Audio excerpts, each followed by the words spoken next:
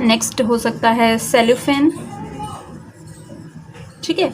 ये सब क्या है, एसपीएम होते हैं जो आप यहाँ पे यूज़ कर सकते हो। तो आपको मेन चीज़ यहाँ पे याद रखना है कि एसपीएम जो है वो सल्यूट के पार्टिकल्स को अलाउ नहीं करता है पास करने के लिए, ठीक है। तो ऑस्मोसिस क्या होता है आपने समझ लिया। अब हम जब ये समझ लिए तो अब हम इसको जो ऑस्मोटिक प्रेशर होता है उसको और अच्छे से समझ सकते हैं। तो चलिए उसके बारे में भी डिस्कस करते हैं, ठीक है। तो अभी हमने समझा कि ऑस्मोसिस प्रोसेस क्या होता है, पर अगर मैं आपको कहूँ कि मैंने यहाँ पे कोई एक्सटर्नल प्रेशर लगा दिया, ठीक है, मैंने एक कनेक्शन दे दिया यहाँ पे, और मैंने कहा कि मैंने यहाँ पे एक एक्सटर्नल पिस्टन लगा दिया, ठीक है, पिस्टन, ताकि मैं इसको प्रेशर जब प्रेस करूँ तो ये क्या है, प्रेशर अप्लाई करे। किस साइड लगाया है, सोल्यूशन के लिए। तो ये जो ऑस्मोसिस प्रोसेस को स्टॉप करने के लिए जो आप एक्सटर्नल प्रेशर लगा रहे हो, क्या समझा आपने, ऑस्मोसिस प्रोसेस को स्टॉप करने के लिए जो आप मिनिमम या एक्सटर्नल प्रेशर लगा रहे हो उसी को हम कहते हैं ऑस्मोटिक प्रेशर, ठीक है। वो मिनिमम प्रेशर, वो एक्सटर्नल प्रेशर जो हम सॉल्यूशन साइड पे लगाते हैं so that osmosis can be stopped is known as your osmotic pressure. Obvious सी बात है, सॉल्वेंट का मूवमेंट यहाँ से हो रहा है, दैट इज C2 से इस तरफ मूव कर रहा है। अगर हमने इस साइड से प्रेशर लगाया तो जो यहाँ से इनकमिंग है वो स्टॉप हो जाएगा कि नहीं, ठीक है। तो इस एक्सटर्नल प्रेशर को, बाहरी प्रेशर को हम कहते हैं ऑस्मोटिक प्रेशर। तो कैसे डिफाइन कर सकते हैं इसको, वो भी देख लेते हैं।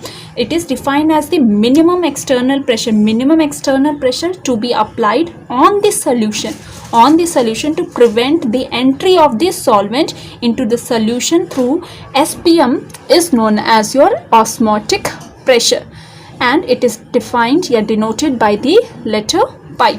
पाई से इसको रिप्रेजेंट किया जाता है, ठीक है। तो ये आपका हो गया ऑस्मोटिक प्रेशर, ठीक है। दूसरा हम एग्जांपल देख लेते हो कि ऑस्मोसिस का एग्जांपल क्या हो सकता है, छोटा सा डिस्कस कर लेते हैं। That is egg swells in pure water, और जो वो श्रिंक कर जाएगा NaCl सोल्यूशन, ठीक है। नमक का पानी लोगे तो एग जो हो जाएगा वो श्रिंक कर जाएगा, और अगर प्योर वाटर लिया तो वो स्वेल हो जाएगा यानी एक्सपैंड होगा। ऐसे किशमिश भी हो जाएगा, ठीक है। प्योर वाटर में वो क्या हो जाएगा, एक्सपैंड हो जाएगा, और जो श्रिंक होगा वो आपके कॉन्सेंट्रेटेड सोल्यूशन यानी कि सोडियम सोल्यूशन में, यानी कि सोडियम क्लोराइड नमक के पानी में वो क्या हो जाएगा, श्रिंक हो जाएगा, ठीक है। अब बात कर लेते हैं इसको टर्म्स में कैसे डिफाइन करेंगे, यानी कि इसकी इक्वेशन पे आते हैं। तो अभी मैंने आपको बताया कि क्या होता है ऑस्मोटिक प्रेशर। अब इसको डिफाइन कैसे करते हैं। जो ऑस्मोटिक प्रेशर यानी पाई होता है वो डिपेंड करता है आपके मोलैरिटी यानी कि कंसंट्रेशन पे डिपेंड करता है, ठीक है। कंसंट्रेशन टर्म यहाँ पे जो हम ले रहे हैं दैट इज़ मोलैरिटी, ठीक है। मोलैरिटी यानी कि क्या हो जाएगा, सिंबल कैपिटल M, ठीक है। जो प्रेशर है वो किस पे डिपेंड करेगा, जो ऑस्मोटिक प्रेशर है डिपेंड करेगा आपके टेम्परेचर पे भी। तो टेम्परेचर जो होना चाहिए that should be in kelvin, ठीक है। तो जो ऑस्मोटिक प्रेशर होता है वो डिपेंड करता है concentration term that is molarity और टेम्परेचर पे। तो यहाँ से आप क्या लिख सकते हो कि pi is directly proportional to concentration, यहाँ पे M भी लिख सकते हो, C भी लिख सकते हैं, तो दैट इज M, और टेम्परेचर यानी कि T। इस डायरेक्टली प्रोपोर्शनल को हटाने के लिए आपको कांस्टेंट यूज़ करना पड़ता है। तो यहाँ पे जो आता है दैट इज MRT। तो यहाँ पे जो कांस्टेंट होता है वो R आ जाता है, ठीक है। तो क्या देखा गया कि जो ये R है ये आपका गैस कांस्टेंट है, तो यानी कि जो यहाँ पर प्रोपोर्शनैलिटी कांस्टेंट उसका वैल्यू कैलकुलेट किया गया था, it came out to be same as the Rydberg constant that is gas का कांस्टेंट। तो इसकी वैल्यू जो आई थी दैट इज 0.0821 ATM पर मोल केल्विन, ठीक है। तो ये रीडबर्ग कांस्टेंट है, ठीक है, रीडबर्ग कांस्टेंट यानी कि इसको हम कहते हैं क्या, गैस कांस्टेंट, ठीक है। दूसरा हम कह सकते हैं ये तो मोलैरिटी के टर्म्स में लिखा है, इसको ऐसे भी लिखा जाता है that is pi is equal to CRT। जो मोलैरिटी है वो तो कंसंट्रेशन टर्म ही तो है, कंसंट्रेशन को डिफाइन करने के लिए तो यूज़ होता है, तो pi is equal to CRT भी लिखा जाता है, ठीक है। इसके बाद मूव करते हैं कि इस इक्वेशन को और हम कैसे थोड़ा सा डिफाइन कर सकते हैं, ठीक है। दूसरा हम इसको क्या कह सकते हैं कि कंसंट्रेशन, ठीक है, क्या होगा, number of moles of the solute upon volume of the solution, यही तो होता है। तो हम इसको ऐसे भी तो लिख सकते हैं, पाई बराबर क्या होगा, यहाँ पे हम लिख देते हैं C is equal to N upon V, ठीक है, मोलैरिटी या फिर कह सकते हो इसको M, ठीक है, मोलारिटी क्या, तो number of moles upon volume of solution, ठीक है। तो ये क्या हो जाएगा, N upon V into RT। अब ये देखो, ये सिमिलर टू आपके गैस इक्वेशन की तरह नहीं लग रहा है, ठीक है। तो यहाँ पे जो फॉर द डाइल्यूट सोल्यूशन आपका जो ये लॉ है, ये गैस इक्वेशन की तरह क्या करता है, बिहेव करता है। गैस इक्वेशन क्या था, PV is equal to NRT, यही तो आपने पढ़ा है, ठीक है। तो यहाँ पे क्या हो जाएगा, ये हो जाएगा पाई क्रॉस मल्टीप्लाई किया, pi V is equal to NRT। तो आपको एक और रिजेम्बलेंस मिल रहा है with respect to your gas constant, ठीक है। अब यहाँ से हम क्या कर सकते हैं, नंबर ऑफ मोल्स की भी वैल्यू लिख सकते हैं। तो नंबर ऑफ मोल्स क्या हो जाएगा, तो देखो इसको क्या करेंगे, pi V is equal to number of moles हम कैसे डिफाइन करते हैं, वेट अपॉन मॉलिक्यूलर वेट। तो ये क्या हो जाएगा, W upon M into RT, ठीक है। अब यहाँ से अगर आपसे पूछा जाता है कि आप मोलर मास निकालो या फिर वेट ऑफ द सल्यूट निकालो, तो वो आप आसानी से निकाल सकते हो, ठीक है। तो हम यहाँ पे मोलर मास को निकाल लेते हैं। तो मोलर मास जो हो जाएगा, that will be equal to W into RT upon pi V, जहाँ पे जो पाई है ये आपके प्रेशर P की तरह बिहेव कर रहा है, ठीक है, जो आपके गैस इक्वेशन से हमने लिया है, ठीक है। तो आई होप इतनी कहानी आपको समझ में आ रही है। तो यहाँ पे M जो है ये क्या है, molar mass of the solute, ठीक है। ये क्या है, मोलर मास, मैं लिख देती हूँ मोलर मास।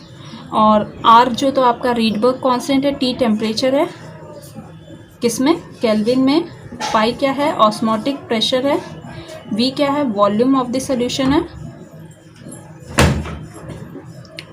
R क्या है, गैस कांस्टेंट, ठीक है। और W क्या है यहाँ पे, वेट ऑफ सॉल्यूट, ठीक है। तो आपके पाई वाले क्वेश्चन यानी ऑस्मोटिक प्रेशर वाले कोई क्वेश्चन आते हैं तो वहाँ पे आप इसको आसानी से सॉल्व कर सकते हो, ठीक है। क्या ध्यान देना है, सेमी परमेबल मेम्ब्रेन के कुछ एग्जांपल्स आपको याद रखना है। एनिमल मेम्ब्रेन हो गया, सेलोफेन हो गया। एक और जो एग्जांपल आपको याद रखना है, दैट इज कॉपर फेरोसाइनाइड। क्या फॉर्मूला आ जाएगा, Cu2 FeCN6 का, FeCN6, ठीक है। तो ये थी आपकी ऑस्मोटिक कहानी की इतनी सारी कहानी। सो अभी हमने देख लिया कि जो हमारे पास इक्वेशन आता है, that is pi is equal to CRT। ये इक्वेशन याद है, फिर CN अपॉन V करके आप रिलेट कर सकते हो, ठीक है। अब जो सोल्यूशन है वो 3 कैटेगरी में हम इसको बांट सकते हैं। The first one is the isotonic, ठीक है। आइसोटोनिक सोल्यूशन क्या होते हैं, तो आइसोटोनिक सोल्यूशन वैसे सोल्यूशन होते हैं, आइसो का मतलब होता है सेम, ठीक है। तो आइसोटोनिक सोल्यूशन आपके वो सोल्यूशन होंगे जहाँ पे जो ऑस्मोटिक प्रेशर होगा वो क्या होगा, दोनों का सेम होगा। तो यानी कि हम कह सकते हैं सेम ऑस्मोटिक प्रेशर, ठीक है। जो ऑस्मोटिक प्रेशर होगा इसको मैं कह सकती हूँ सेम ऑस्मोटिक प्रेशर। तो ऐसा सोल्यूशन को हम कहेंगे कि वो आइसोटोनिक इन नेचर है, MO है ये, osmotic pressure, same osmotic pressure हो जाएगा। इसका मतलब क्या समझा आपने कि पाई 1 बराबर क्या हो जाएगा, पाई 2, ठीक है। और जब पाई 1 बराबर पाई 2 हो जाएगा तो इसका मतलब एक और आप इन्फ्रेंस लगा सकते हो कि दैट इज़ कॉन्सेंट्रेशन भी क्या होंगे, दोनों के क्या होंगे, सेम होंगे, ठीक है। तो आपको क्वेश्चन में दिया जाता है कि आइसोटोनिक सोल्यूशन है, तब आपको याद रखना होगा कि इनके ऑस्मोटिक प्रेशर क्या होंगे, सेम होंगे। दूसरा टाइप है हाइपोटोनिक सोल्यूशन हो जाएगा। हाइपोटोनिक सोल्यूशन का मतलब होता है कि किसी एक का प्रेशर क्या होगा, दूसरे के रिस्पेक्ट में कम होगा। फॉर एग्जाम्पल यहाँ पे हम ले रहे हैं कि पाई 1 जो है वो हाइपोटोनिक है विथ रेस्पेक्ट टू पाई 2। इसका मतलब क्या है कि पाई 1 इज लेस देन पाई 2, ठीक है। दूसरा और तीसरा जो आपका है वो है दैट इज हाइपरटोनिक। हाइपरटोनिक जो होता है, हाइपरटोनिक का मतलब होता है मोर ऑस्मोटिक प्रेशर, ठीक है। किसी का क्या होगा, मोर ऑस्मोटिक प्रेशर। यहाँ पे क्या हो गया, इसको लिख देते हैं लेस ऑस्मोटिक प्रेशर, यही तो मैंने अभी आपको बताया। तो यहाँ पे क्या होगा कि जो पाई 1 that is the osmotic pressure of the 1 is greater than the osmotic pressure of 2। इसको कह सकते हैं कि जो आपका पहला सोल्यूशन है that is hypotonic to solution 2, ठीक है। ये आपकी कहानी है about isotonic, hypotonic and hypertonic, ठीक है। तो आई होप इतनी कहानी आपने अपने दिमाग में बैठा भी ली होगी और उसको अच्छे से नोट भी कर रहे होंगे, ठीक है। तो ये आपके टाइप्स ऑफ सोल्यूशन है। और दूसरी बात क्या है कि जो ऑस्मोसिस होता है ये कैसा प्रोसेस होता है, तो it is a spontaneous process. का मतलब क्या होता है, वैसे प्रोसेस जो अपने आप से होते हैं, ठीक है। आपने यहाँ से बैरिकेटिंग कर दी तो यहाँ पे क्या है, हायर कॉन्सेंट्रेशन से लोअर कॉन्सेंट्रेशन ये अपने आप होगा, ठीक है। कब तक होगा, जब तक वहाँ पे इक्विलिब्रियम अटेन ना हो जाए, ठीक है। तो ऑस्मोटिक प्रोसेस जो है वो स्पॉन्टेनियस है, यानी अपने आप होता है। इस बात को भी आपको ध्यान से। एक और टॉपिक थोड़ा सा डिस्कस कर लेते हैं, that is reverse osmosis. Osmosis, RO, ठीक है, आपके घर में ज़रूर होगा, ठीक है, पानी को फ़िल्टर करने का एक लेटेस्ट तरीका जो हम लोग आजकल अपने घर में यूज़ करते हैं। तो क्या होता है रिवर्स ऑस्मोसिस? तो ऑस्मोसिस क्या होते हैं, उसके बेसिक कॉन्सेप्ट क्या होते हैं, उसका इक्वेशन क्या होता है, ये सारा भी हमने डिस्कस किया था। तो ऑस्मोसिस में आप देखते हो कि सॉल्वेंट का मूवमेंट जो होता है लोअर कॉन्सेंट्रेशन, यानी कह सकते हो लोअर कॉन्सेंट्रेशन ऑफ सोल्यूशन से मूव करता है higher concentration of the solution. और मूवमेंट किसका होता है? बस सॉल्वेंट का मूवमेंट होता है, no solute moves from here to there, ठीक है। सॉल्वेंट का मूवमेंट होता है यहाँ से यहाँ तक। पर रिवर्स ऑस्मोसिस में क्या हो जाता है, ठीक है, तो रिवर्स ऑस्मोसिस ये हो जाता है कि आप जो एक्सटर्नल प्रेशर, जिसको आपने ऑस्मोटिक प्रेशर कहा था, वो प्रेशर क्या था? इट इज़ दैट प्रेशर जो आप अप्लाई करते हो कि ये जो ऑस्मोसिस जो हो रहा है, दैट इज़ स्पॉन्टेनियस प्रोसेस जो हो रहा है, वो जस्ट स्टॉप हो जाए, that is your osmotic pressure. जब यही प्रेशर आप ज़्यादा अप्लाई करते हो, यहाँ से जो पिस्टन आपने लगाया है ये प्रेशर ज़्यादा अप्लाई करते हो, कहने का मतलब क्या हो गया यहाँ पे कि जो आपका अप्लाइड एक्सटर्नल प्रेशर है, ठीक है, जो आपका अप्लाइड एक्सटर्नल प्रेशर है, अगर वो ग्रेटर देन हो जाएगा ऑस्मोटिक प्रेशर, तब यहाँ पे जो फिनोमेना होने लगेगा वो है रिवर्स ऑस्मोसिस। अब इसको समझते हैं कि क्या कह रहे हैं यहाँ पे, ठीक है।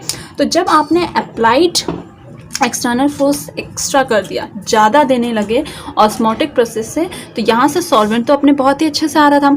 अब ऑस्मोटिक प्रेशर रहता था तो यहाँ पे जस्ट स्टॉप हो जाता, न्यूट्रलाइज हो जाता। बट जब आपने और ज़्यादा प्रेशर अप्लाई किया तो अब जो मूवमेंट होगा सॉल्वेंट का वो एंटी डायरेक्शनल हो जाएगा, उल्टा हो जाएगा। स्पॉन्टेनियसली क्या करना था, सॉल्वेंट को C2 से यानी lower concentration of the solution से higher concentration of the solution move करना था। पर अब जो सॉल्वेंट का मूवमेंट होगा through this SPM, it will be from higher concentration of the solution to the lower concentration of the solution, ठीक है। इसका मतलब सॉल्वेंट का मूवमेंट क्या हो गया, चेंज हो गया, ऑस्मोसिस के जस्ट उल्टा एंटी हो गया, यानी रिवर्स हो गया। तो यहाँ से कहानी आती है रिवर्स ऑस्मोसिस की। तो रिवर्स ऑस्मोसिस कब होता है? जब जो अप्लाइड एक्सटर्नल प्रेशर वो ज़्यादा हो जाता है with respect to osmotic pressure, the movement of the solvent through this SPM becomes opposite, ठीक है। तो सॉल्वेंट यहाँ से मूव करता है, यहाँ से मूव करता है, C1 से मूव करेगा C2 का। तो ये प्रोसेस कहाँ यूज़ होता है? तो ये प्रोसेस आपका यूज़ होता है डीसैलिनेशन ऑफ वाटर, ठीक है। सैलिन का मतलब होता है नमक वाला पानी, और डीसैलिनेशन मतलब होता है कि नमक के पानी को हम क्या करते हैं, प्योर करते हैं। तो ये कहाँ पे ज़्यादा आप यूज़ करते हो? तो जो आपके ऐसे कंट्रीज़ होती हैं जहाँ पे पानी बहुत कमी होती है, ठीक है, तो वो क्या करते हैं, डीसैलिनेशन प्रोसेस करके जो सी वाटर है उसको क्या करते हैं, ड्रिंकेबल वाटर में चेंज करते हैं, ठीक है। तो ये बहुत ही कॉस्टली है। क्यों कॉस्टली है? क्योंकि यहाँ पे जो आप एक्सटर्नल प्रेशर कैसे अप्लाई करोगे, जब आप इसमें कुछ एनर्जी दोगे तो यहाँ ये प्रोसेस इसलिए आपका क्या हो जाता है, एक्सपेंसिव भी हो जाता है, ठीक है। तो आपने समझा कि यहाँ पे एक्सटर्नल एनर्जी के थ्रू प्रेशर अप्लाई किया जाता है, जिससे जो मूवमेंट ऑफ दिस सॉल्वेंट है SPM के थ्रू वो जो हो जाए एंटी। तो इसी प्रोसेस को हम कहते हैं रिवर्स ऑस्मोसिस प्रोसेस कहते हैं। तो आई होप इतनी कहानी भी आपको यहाँ पे समझ में आ गई होगी।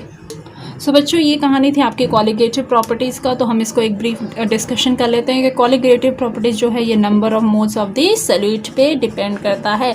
और ऐसे प्रॉपर्टीज़ जो आपने अभी पढ़ा है वो 4 हैं। पहला आपने पढ़ा था relative lowering of the vapour pressure, vapour pressure हमने डिस्कस किया। दूसरा हमने सीखा था about the elevation and boiling point.